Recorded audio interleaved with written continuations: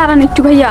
না না, আমি দাঁড়াতে পারবো না, আপনি সরেন এখান থেকে, আমার কাজ আছে। না ভাইয়া আপনি যায়েন না, আমার কথাটা ভাই আপনি শুনে যান। আমি এই ঠিকানাটা চিনতে পারতেছি না, আপনি আমাকে ঠিকানাটা বলে যান প্লিজ ভাইয়া প্লিজ।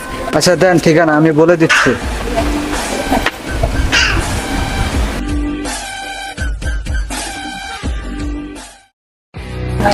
কই, এটা তো কিছু লেখা নাই। আচ্ছা ভাইয়া লেখা আছে, আপনি দেখেন ভালো করে ভাইয়া।